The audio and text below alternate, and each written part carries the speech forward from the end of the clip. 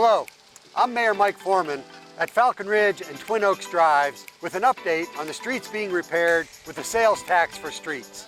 Already completed this year are San Joaquin Parkway, San Miguel Drive, and Greenbrier Drive.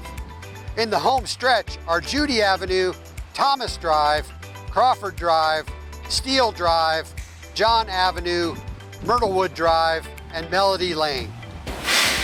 These needed repairs were paid for with the 3/8 cent sales tax for street repairs that voters approved in 2016.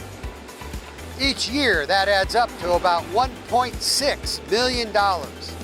Yet the tax only adds a few pennies to small purchases. Street repairs are continuing, including here on Falcon Ridge Drive. Both East and West Castle Harbor Drive, Laurel Drive, Merriewood Drive, Penn Drive, Quaker Drive, Chester Drive, Rustic Lane, Meadowlark Avenue, Clover Ridge Avenue, Westfield Lane, and Mandale Road.